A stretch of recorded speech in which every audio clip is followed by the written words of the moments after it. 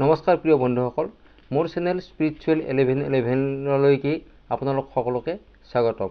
আপোনালোক সকলোকে মই ধন্যবাদ জনাইছোঁ মোৰ চেনেলটো চাই থকাৰ কাৰণে। প্ৰিয় বন্ধুসকল, আপোনালোকৰ বহুতেই কমেণ্টত লিখিছে মাৰ্চ 2026ৰ ৰাশিফল দিবৰ কাৰণে, আৰু আপোনালোকৰ সঁহাৰিক সন্মান জনাই মই মাৰ্চ 2026 চনৰ মাহটোৰ ৰাশি অনুযায়ী ফলাফল কেনেকুৱা হ'ব, আপোনাৰ স্বাস্থ্য, শিক্ষা, ভাগ্য, প্ৰেম, দাম্পত্য জীৱন, কেৰিয়াৰ, আৰ্থিক কেনেকুৱা হ'ব তাৰ মই বিতংভাৱে দিবলৈ ওলাইছোঁ। প্ৰিয় বন্ধুসকল, মোৰ ভিডিঅ'টো শেষলৈকে চাই থাকিব, স্কিপ নকৰাকৈ, যাতে আপোনাৰ লগতে আপোনাৰ বন্ধু বান্ধৱীকো আপুনি কিছু দিহা পৰামৰ্শ দিব পাৰে। বৃশ্চিক ৰাশিৰ এই মাহৰ 11 মাৰ্চৰ আগলৈকে আপোনাৰ স্বাস্থ্যত কিছু সমস্যা থাকিব।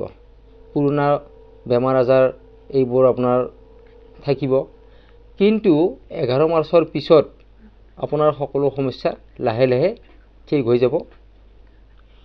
তাৰ বাহিৰে আপোনাৰ বেলেগ চিন্তা কৰিবলগীয়া নাই। স্বাস্থ্য আপোনাৰ এভাৰেজ বুলিয়ে ক'ব পাৰি।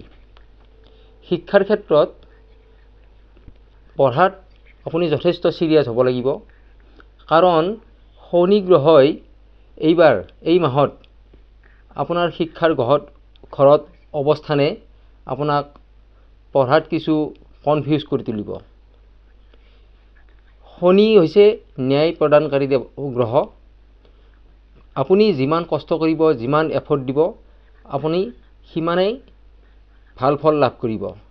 শনি গ্ৰহৰ পৰা আপুনি অট'মেটিক যে কিবা পাব, নিজে নিজে যে আপোনাৰ কিবা এটা হ'ব, সেইটো আপুনি কেতিয়াও আশা নকৰিব। আপুনি কষ্ট কৰক, ভাল এফৰ্ট দিয়ক, আপুনি ভাল ফল নিশ্চয় পাব। এইটো শনিৰ ক্লিয়াৰ কাট। প্ৰেম বৈবাহিক জীৱনত, লাভ ৰিলেশ্যনত আপোনাৰ বহুত ভাল।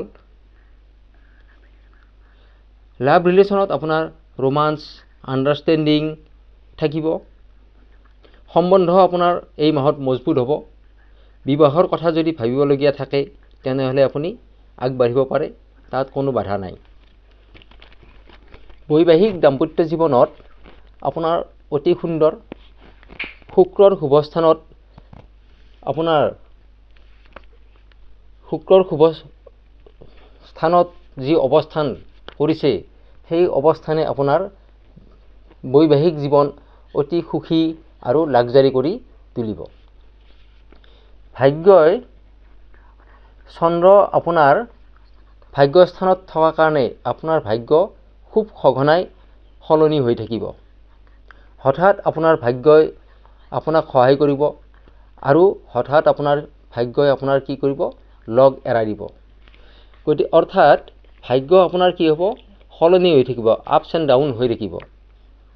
মে' মাহৰ পিছত আপোনাৰ ভাগ্য এনেকুৱা দৰে আপোনাৰ ভাল হ'ব যে ভাগ্যই আপোনাৰ কপাল ফুলাই তুলিব। দশম স্থানত কেতুৰ অৱস্থানে আপোনাক কৰ্মস্থানত কিছু কনফিউজ কৰি তুলিব। কামত ছেটিছফেকশ্যন আপুনি নাপাব, মন অস্থিৰ হ'ব, কাৰণ কেতু হৈছে মাইণ্ডলেছ গ্ৰহ। কেতুই মনক কেতিয়াও স্থিৰ হৈ থাকিব নিদিয়ে। চাকৰি প্ৰত্যাশীসকলে চাকৰি পোৱাৰ সম্পূৰ্ণ যোগ আছে, কিন্তু কেতুৰ এই অৱস্থানৰ কাৰণে আপোনাৰ চাকৰিটো ভাল হ'বনে বেয়া হ'ব, আপুনি জব ছেটিছফেকশ্যন পাবনে নাপাব ইত্যাদি কনফিউজ আপোনাৰ থাকি যাব। গতিকে তাৰ প্ৰতি আপুনি চাব লাগিব। তাৰ কাৰণে আপুনি মনটো বান্ধিবৰ কাৰণে আপুনি চেষ্টা কৰিব। মাহৰ শেষৰ ফালে আপোনাৰ এইবোৰ লাহে লাহে ঠিক হৈ যাব। দৈনিক আপুনি হনুমান চালিচা পাঠ কৰক। আপোনাৰ এই মাহটোৰ যিখিনি অশুভ আছে, এই অশুভ গোটেইখিনি আঁতৰি যাব।